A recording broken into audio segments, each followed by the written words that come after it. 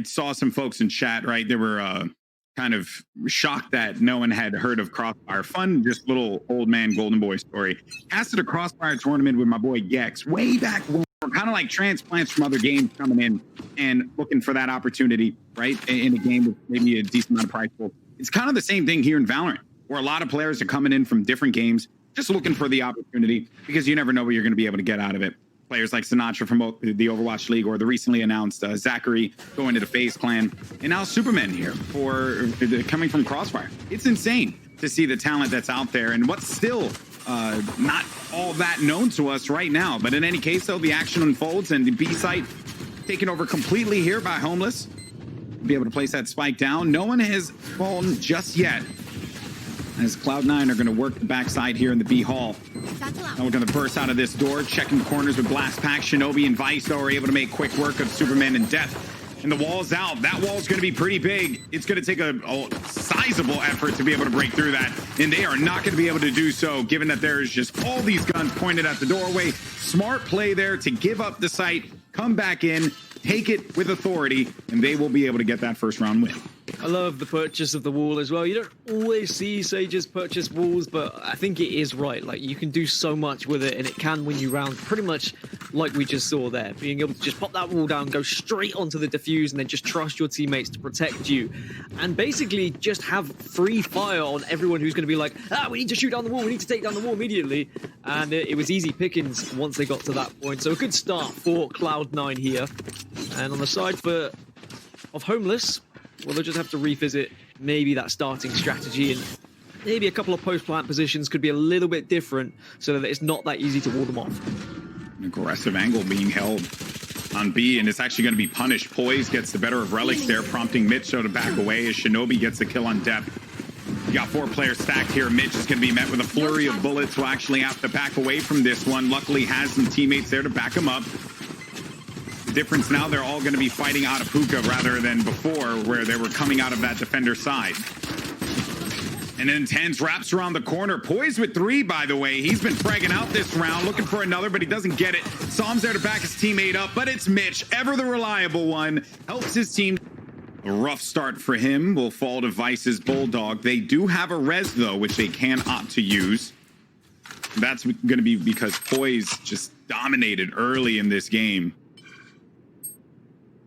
Those 2 pistol rounds have really fared favorably for the Sage. You will not kill my ally. And there's the res. Smart to just get it in there with the nade. They will get on. Opener onto Def, though. Def often flanking on that one side, and now the rest of the team, they try and push onto A site. It's not going to work out. It's just too strong a hold from C9. That was clean, and the Guardian from Heaven, that gun is great. It's not something we get to see all the time. Oh, okay, Lasky, calm down for a moment there. 1v3. It's making some noise. Off to get the ultimate orb as Def pushes through. Poised is there to take down Relyks, so they've got the opening frag at least. With the Sheriffs and only Lasky rocking that Phantom, that's going to be the kit that they're starting things off with. And Lasky's going to be on the opposite side here of TenZ, but we jump over to Shinobi's perspective now. They get the dedicated Sova for this team. Spot 2 going to be lingering about by Belong. They have that potential option to just port over, but it's Psalm, and it's what a shot from him.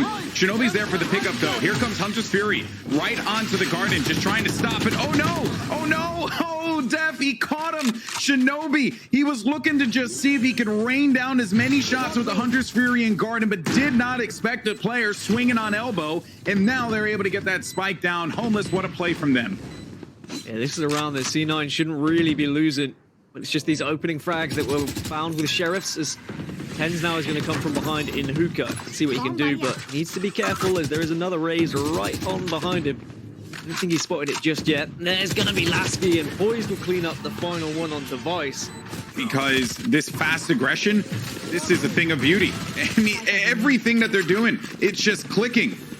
A notable thing from the game yesterday when they faced T1, no one was running Jet.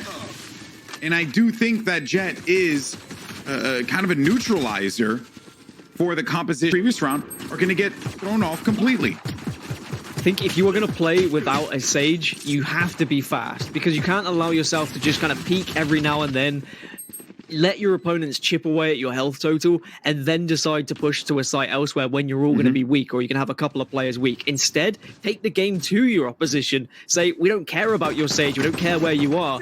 We have what we feel, better agents. We have more to offer in terms of fragging power, flashing ability, utility. And that's exactly what we're seeing here, is just the aggression. And yes, okay, it's only a way to start a round. Eliminate the entry fragger. Here comes Superman to chime in as well. So even though Superman does get killed by Relyks, they get the benefit of this one. And also, this is the benefit of those smokes. They couldn't... A little bit more slow now. Ooh, Poise gets on top. He got on top. Oh, what a play. Oh, Poise threats 3. Wow. Really with his ult, just again being really aggressive, pushing into the site, dashing in to ensure that there was no sort of cypher traps to hold up the rest of the team, and then knowing exactly where that run it back was from the Phoenix. You understand why Poise is going for that play, but as soon as Poise dies there to the daggers, he is hopeless, and no one else was there to protect him. They still have money though, Homeless, so it's not too detrimental to their economy. Because again, we're going to get a little bit of a sober off here on the B side, as both using any sort of utility they have to offer to try and scout the other out. Tiger wins, congratulations. Some will be able to get around, but gets the look. All right, so it's indication as to where Mitch is going to be located. I wonder if that was intentional, because Mitch was there the entire time, actually. Didn't really poke out. That's close, thank you. Sometimes with these players, they're always just looking to play little mind games with each other. Oh, for sure. I mean, even if it's just enough to keep one player at B site, that helps out the rest of the team, as Vice has got 2 and has neural theft now. Yeah, well, no mind games needed when you know exactly where the enemy team is going to be located. TenZ pushed out all the way here. Som now will meet TenZ, as a matter of fact, because Som was on top of the scaffolding and TenZ waited for the perfect moment to jump through that glass and punish Som. Relyks in the mid, looking for anyone that could be pushing around in the transfer there, maybe getting out of that spawn. It will be a push through the dark cover, potentially. I think he might actually take advantage of that one. When you're... It's so strange. They're looking for them because they want to take these guns away. They have the time to work with. Oh boy, Lasky. Lasky needs to be careful. Although Def wins his battle, Lasky will not be the same, and now it is all down to Def to just hold on to this Vandal. Won't be able to do so. The numbers too great, and they get what they want out of that. They remove the guns away from their opponents, don't allow them to be able to hold on to anything, and that is going to make their economy that much more of a problem for Homeless. Big problem. Lasky 0 and 4. Just hasn't been able to get going here, and their money is all over the shop, and that's why we're just going to see a half by here, a couple of Spectres maybe to work with. It's going to be very difficult to now stop this economy rolling for Cloud9. It's going to be comfortable for them to buy up round after round. Mitch is always looking for that early pick B, but then he transitions to mid to see if anyone's going to be facing it short. Cloud9, they expected this. They're waiting for this. So yeah, in the sleep I was like, ooh, okay, Superman, I respect that. That's 2, but the trade out there, so we got same bodies and advantage, because that's what Sage does, bringing your teammate back into the battle. Som lines up though onto Mitch. While that's going on though, TenZ does manage to body one over by the tree. Lasky with a classic and a dream, and that is a very ambitious shot there. It does not work out for him. No, the dream was just that I woke up with it, not like that I couldn't. This is going to be 5-2. You know, realistically, as we're going to see Som again just show us what he has to offer with the Ares. He was able to do a little bit of success with it. We even saw the Odin get broken out earlier in the game between TSM and Sentinels too. I mean, having a Sova with an Odin on a map like Ascent where there's so many walls to just smash.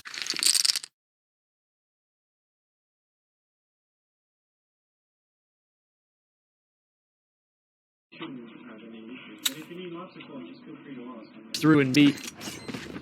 Banged on the other side. No, that's block. Very fun. Very fun indeed.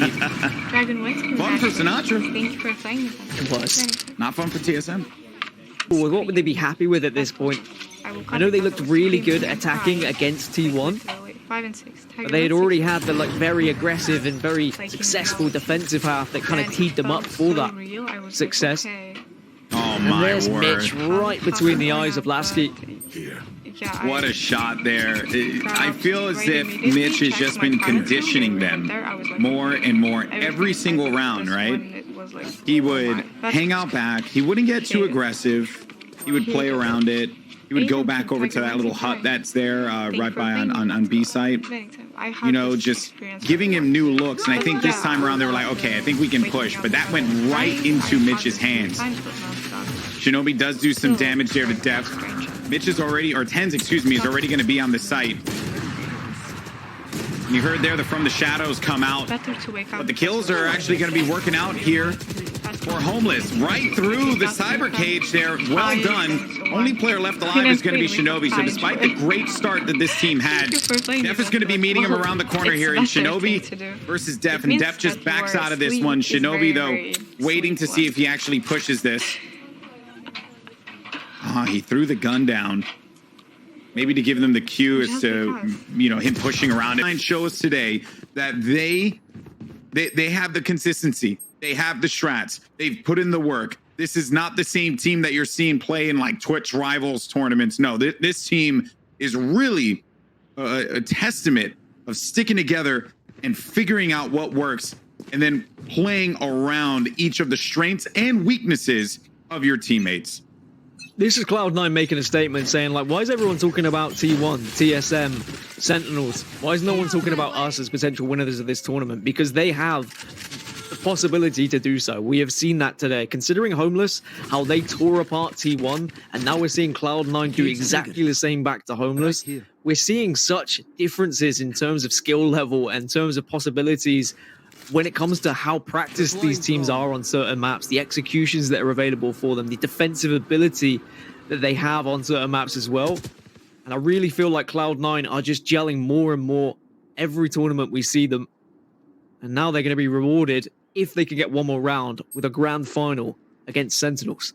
Out of charges. Joke's over. Here we go. Now the push is going to come in here. Poise makes his way into the side with the run it back now. He's going to just go right through, push this one forward. I respect that play. The run it back, he's not going to die, so you might as well do it, and they'll be able to get that frag. Now the B site's going to be available to them. Watch out on the flank. Another kill for him. They needed this one sooner, but hey, better late than never. And now it boils down to your last two. Viso with a kill. Only player left alive is Sam. Let's see if the magician can pull a rabbit out of his hat this time around. He has a lot of HP remaining versus the other side. Omen's going to be tattered. Sam gets the kill, looking for another one, but Sam cannot keep it alive, and the day belongs to Cloud9. They are going to be moving on to the finals here of PAX Arena, and a cursory tactical crouch there to close things out. C9 are your winners. And I mean, shout out to Rel. He's gone under the radar a little bit in that game, but time and time again, he's been clutching things out, winning his 1v1s, being there to support his team, trading